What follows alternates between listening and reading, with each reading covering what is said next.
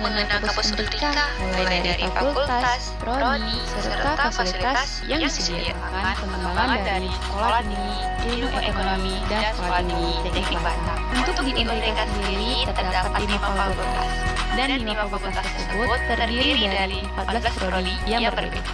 Yang pertama, Fakultas Teknik. Yang kedua, yaitu Fakultas Ekonomi. Yang ketiga, yaitu Fakultas Keguruan dan Ilmu Pendidikan. Keempat, Fakultas Sosial. Yang terakhir, yaitu Fakultas Ilmu Sosial dan Ilmu Politik. Oh ya, di UNDK ini sendiri juga ada program pascasarjana loh. Jadi cocok buat kalian yang ingin melanjutkan pendidikan ke jenjang S2. Perkenalkan, nama saya Leo Radini Senduru, NPM 21101003 dari Prodi Teknik Industri. Saya di sini akan menjelaskan mengenai PPT saya, mengenai tugas 1, 2, dan 3 dengan mata kuliah Manajemen Perawatan. Di sini saya akan menjelaskan tugas pertemuan pertama. Di tugas pertemuan pertama ada beberapa soal. Yang pertama, apa tujuan kuliah Manajemen Perawatan?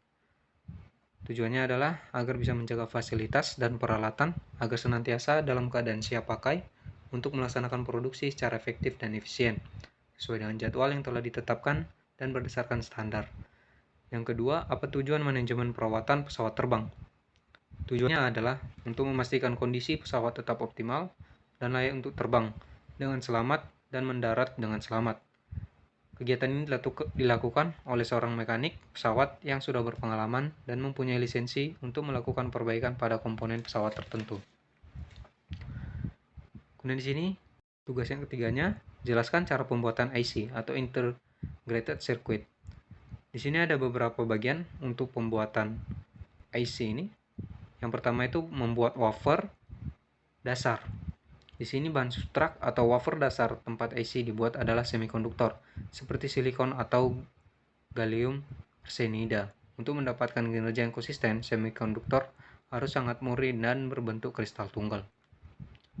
Kemudian pembuatan wafer silikon dengan menggunakan proses 0,13 mikron, Intel dapat memproduksi sekitar 470 chip platinum 4 dari setiap wafer silikon 300 mili. Kemudian bagian terakhir, setelah semua perubahan pada wafer selesai, ribuan unit IC diiris. Ini disebut memotong wafer. Setiap unit IC disebut dengan die. Dies ini menyerupai citra satelit kota yang sirkuitnya terlihat seperti jalan raya. Kemudian tugas yang keempat, jelaskan target-target manajemen perawatan pada industri pesawat terbang, industri makanan, industri elektronik, industri transportasi, dan industri vaksin. Yang pertama, industri pesawat terbang. Targetnya yaitu untuk memastikan kondisi pesawat tetap optimal dan layak untuk terbang dengan selamat dan mendarat dengan selamat. Kegiatan ini dilakukan oleh seorang mekanik pesawat yang sudah berpengalaman dan mempunyai lisensi untuk melakukan perbaikan pada komponen pesawat tertentu. Kemudian pada industri makanan, dalam manufaktur pangan, pemeliharaan mendukung berbagai tujuan utama. Beberapa di antaranya unik untuk produksi pangan. Di antara beberapa peran pemeliharaan tersebut, makanan sebagai berikut. Yang pertama, terus produksi berjalan. Kedua, keamanan makanan. Ketiga, mempertahankan kepatuhan terhadap peraturan. Kemudian pada industri elektronik, target utamanya adalah memastikan seluruh komponen elektronik dapat berfungsi dengan baik sesuai dengan kebutuhan yang dibutuhkan, juga dapat digunakan dengan aman dan selamat. Dan targetnya itu memberikan garansi pemakaian, menyediakan layanan servis, menyediakan spare part atau komponen-komponen elektronik. Kemudian industri kapal. Industri kapal, tujuan kegiatan perawatan menurut NSOS yaitu untuk memperoleh pengoperasian kapal yang teratur dan lancar, serta meningkatkan keselamatan anak buah kapal dan perlengkapannya. Targetnya itu ada untuk membantu para perwira kapal dalam merencanakan dan menata kegiatan dengan lebih baik, yang berarti meningkatkan kemampuan kapal dan membantu mereka mencapai sasaran yang telah ditentukan oleh manajer operasi. Kemudian memelihara peralatan dalam rangka untuk mencapai target FOIAC yang telah ditentukan untuk meminimumkan waktu nganggur atau downtime dari kemungkinan terjadi kerusakan. Mengadakan suatu kerjasama yang erat dengan fungsi-fungsi utama lainnya dari suatu perusahaan untuk mencapai tujuan perusahaan, yaitu tingkat keuntungan yang diperoleh sebaik mungkin dengan total biaya serendah mungkin. Kemudian industri vaksin. Vaksin adalah produk biologis yang secara bertahap kehilangan aktivitasnya dari waktu ke waktu dan penyimpanan. Oleh karena itu, dari pabrik ke pasien, vaksin harus disimpan dalam kisaran suhu yang sempit dan aman. Target utamanya yaitu menjaga kualitas vaksin harus terjaga, menyimpan vaksin pada tempat dan kondisi yang baik. Vaksin harus dijaga kualitasnya dimulai dari proses pembuatan di pabrik hingga dengan diberikan kepada sasaran. Tugas pertemuan kedua. Di pertemuan kedua ada beberapa tugas. Yang pertama, buatlah tabel hubungan OII dan profit dengan OII 50%, 65%, 70%, 80%, 85%, 90%, dan 90%. Dapat terlihat pada gambar diagram atau aliran dari OII. Di sini ada tabel OII di mana maksimal produk per hour itu 100, 100, 100, 100, 100, 100 dengan nilai OII 50%, itu profitnya $47.300. Kemudian ada maksimal produks dengan nilai OI 65%, profitnya $158.900,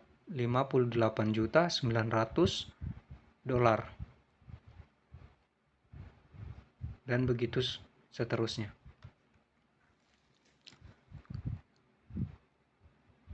Kemudian kedua, jelaskan MPI standar pada berikut ini. Dengan contoh industri nuklir. Standar MPI dalam industri nuklir mencangkup metrik kinerja kritis seperti keandalan sistem, waktu operasi yang tersedia, dan kepatuhan terhadap peraturan keselamatan nuklir. Contohnya, pengukuran rasio waktu operasi terhadap waktu yang direncanakan untuk menilai efisiensi operasi reaktor nuklir. Kemudian European Federation of Nation Maintenance Societies atau EFNMS. Ini menyediakan paduan dan standar untuk pemeliharaan di Eropa yang termasuk MPI standar. Ini mungkin mencakup metrik seperti tingkat produktivitas peralatan, keandalan, dan ketersediaan peralatan. Kemudian SMRP metrik. Ini seperangkat standar yang dikembangkan oleh Society for Maintenance and Reliability Professionals. Ini mencakup metrik seperti overhaul equipment effectiveness atau OEE, mean time between failures atau MTBF, mean time to repair MTTR, dan lainnya. Contohnya industri terkait bisa termasuk manufaktur, energi, atau layanan publik. Ini ada industri migas. Ini standarnya mencakup metrik seperti keandalan peralatan produksi, tingkat kebocoran atau kehilangan, waktu henti produksi, dan lain sebagainya. Contohnya metrik dapat mencakup tingkat pencapaian target produksi. Industri kereta api. Dalam industri kereta api, MPI standar dapat mencakup metrik seperti waktu rata-rata antara kegagalan, waktu perbaikan, dan keandalan kereta. Contoh metrik bisa mencakup mean distance between failures MDBF atau mean time of repair MTTR. Industri proses. Di industri proses seperti kimia atau farmasi, MPI standar mungkin mencakup metrik seperti tingkat efisiensi proses, tingkat keberlanjutan produksi, atau kepatuhan terhadap keselamatan. Contoh, metrik bisa termasuk tingkat kinerja proses atau tingkat kepatuhan terhadap standar. Industri utilitas. Dalam industri utilitas, seperti penyediaan air atau penyelidikan listrik, MPI standar dapat mencakup metrik seperti tingkat keadaan pelayanan, tingkat kebocoran atau kehilangan, dan waktu henti sistem. Contoh metrik bisa mencakup tingkat kesediaan sistem dan tingkat kepuasan pelanggan.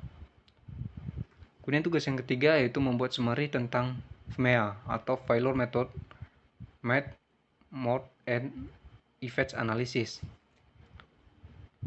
Ini dilakukan summary pada bab 4 dalam buku referensi. Summary-nya yaitu Failure Mode and Effects Analysis atau FMEA adalah sebuah teknik sistematis yang digunakan untuk mengidentifikasi dan mengevaluasi potensi kegagalan dalam suatu proses atau produk, serta dampak dari kegagalan tersebut. FMEA ini digunakan untuk secara luas dalam berbagai industri, termasuk manufaktur, otomotif, kedirgantaraan, dan lainnya. Dalam bab ini, dijelaskan secara rinci mengenai konsep dasar, langkah-langkah, pelaksanaan, manfaat, dan aplikasi penggunaan FMEA.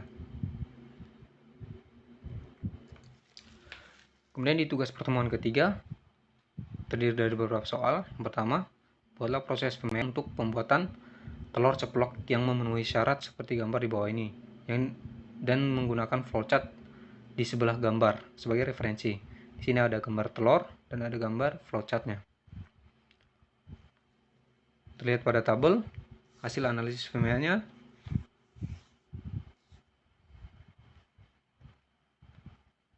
Kemudian tugas yang kedua, buatlah proses FMEA untuk pembuatan produk ataupun jasa.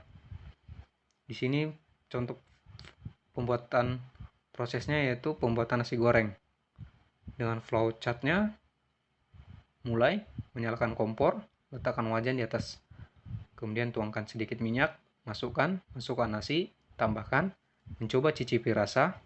Jika ada yang kurang maka tambahkan, kemudian selesai. Di sini ada tabel identifikasinya, kegagalan proses pembuatan nasi goreng. Ada tahap proses pembuatan nasi goreng dan ada potensi kegagalannya. Di sini juga ada tabel penyelesaian kegagalannya, di mana potensi kegagalan. Yang pertama, kegagalan dalam mencuci beras dengan baik. Penyebabnya cause failure-nya tidak teliti, akibatnya beras tidak bersih. S diberi nilai 4, O diberi nilai 6, D diberi nilai 3. RPN-nya berasal dari S dikali O dikali D, atau 4 kali 6 atau 4 kali 6 kali 3. Hasilnya sama dengan 72. Dengan solusi, beras sebaiknya diperhatikan kembali setelah dicuci, apakah sudah bersih atau belum. Dan indikator untuk validasi pencucian beras yang bersih. Kemudian tugas yang ketiga, buatlah proses global 8D reporting method. Di sini proses global 8D atau G8D untuk laporan RCA, root cause analysis, menggunakan sebuah kasus sebagai contoh kegagalan mesin penggemburan di pabrik. Di sini terdiri dari yang pertama, tim G8D dan deskripsi masalah. Kemudian ada pembentukan tim G8D, ada langkah-langkah G8D. Dengan langkahnya ada langkah pertama, tim pengeboran. Itu tim pengeboran terdiri dari operator mesin dan insinyur mekanik. Tindakannya menganalisis secara mendalam kegagalan mesin pengeboran dan hasilnya menemukan bahwa kegagalan terjadi pada bagian gearbox. Kemudian ada step kedua, pemeriksaan dan pemahaman mendalam. Ada step ketiga, penetapan tindakan sementara. Step keempat, pencairan akar masalah. Step kelima, pembuatan dan implementasi tindakan korektif. Step keenam, pencegahan kembali. Step ketujuh, verifikasi tindakan korektif. Step kedelapan, mengakui tim. Kemudian kesimpulan dan tindak lanjut. Kegagalan mesin pengeboran berhasil dianalisis dan diperbaiki dengan sukses melalui penerapan metode Global 8D. Langkah-langkah pencegahan juga telah diambil untuk mencegah kegagalan serupa di masa mendatang. Laporan ini akan dipresentasikan kepada manajemen senior untuk evaluasi lebih lanjut dan langkah-langkah tindak lanjut yang mungkin diperlukan. Kemudian tugas yang keempatnya ada dua. Yang pertama A, buatlah ringkasan tentang ringkasan bab 5 Maintenance Control System. Di sini ringkasannya summary-nya, sistem kendali pemeliharaan memainkan peran penting dalam melakukan pemeliharaan yang efektif. Dalam bab ini, pengendalian pemeliharaan dipandang sebagai bagian integral dari manajemen pemeliharaan dan langkah-langkah yang dijelaskan. Kemudian, struktur terdiri dari peramalan beban kerja pemeliharaan, perencanaan yang efektif, dan penjadwalan, pelaksanaan perintah kerja dan evaluasi kinerja, serta umpan balik dan tindakan perbaikan. Langkah-langkah penerapan pengendalian pemeliharaan sebagai berikut. Yang pertama, melatih personel pemeliharaan tentang konsep dan teknik pengendalian pemeliharaan. Kedua, menyusun rencana kerja yang jelas, termasuk tujuan dan target yang ingin dicapai secara harian dan mingguan. Juga menetapkan standar dan langkah-langkah untuk menilai kemajuan dan mencapai rencana target. Kemudian yang B, mengapa maintenance perlu dikontrol? Yang pertama, untuk memperpanjang daya guna sebuah aset mesin agar kapasitas produksi dan kualitas input tetap terjaga. Baik, sekian untuk presentasi saya. Kurang lebih mohon maaf. Saya ucapkan terima kasih.